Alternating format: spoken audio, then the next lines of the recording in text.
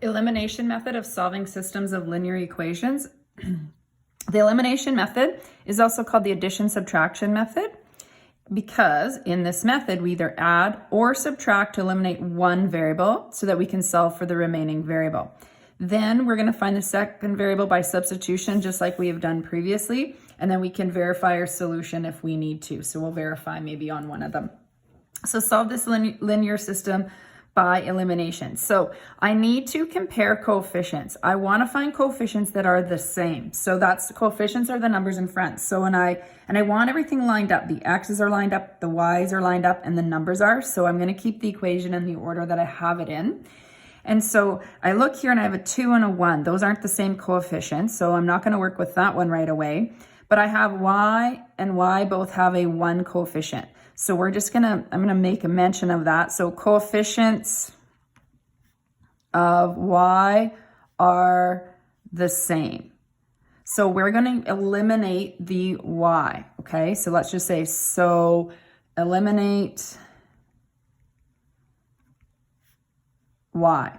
So to do that, we're either going to add these equations or subtract. So if I was to add y plus y is 2y, that does not eliminate. But if they're the same, y minus y would get rid of it. So what that means, we're going to subtract. So if they're identical or the same, you will always subtract. So we're going to say coefficients of y are the same. So eliminate y by subtracting. I'm just going to circle the y value so it sort of stands out there. Okay, so I'm going to put a line underneath here. Now, because I'm subtracting the entire equation, first I want to say I'm subtracting it. I need to put brackets around here. Otherwise, the negative subtraction sign only applies to the first term in the equation. So that's an important thing. So we're going to subtract. So 2x minus 1x is x. Y minus y, of course, is gone, so we don't need to write that there. -7 minus -4, and if you have trouble seeing it that far apart, you can always say -7 minus -4 on scrap paper, for example, and those become positive, is -3. So x is equal to -3.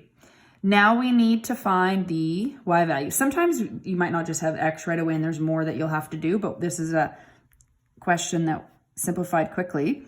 So now we're going to find the y value. So I'm going to use either one of these equations. I'm going to choose the second one since there's less numbers for coefficients. And I plug in -3 for x. And I'm going to solve for y. So I'm going to move this to the other side. So -4 plus 3 is -1. So my solution is -3 and -1. Let's review one more time about verifying. So when you verify, remember you need to verify in both equations. So if I was to verify, I have to verify in 2x plus y equals -7. So I'd plug in my -3 for x and my -1 for y. And I get -6 minus 1 equals -7. -7 equals -7. And then I have to verify the second equation as well if I'm verifying. X plus y equals -4. So I'm plugging in -3 plus -1 equals -4. So -4 equals -4.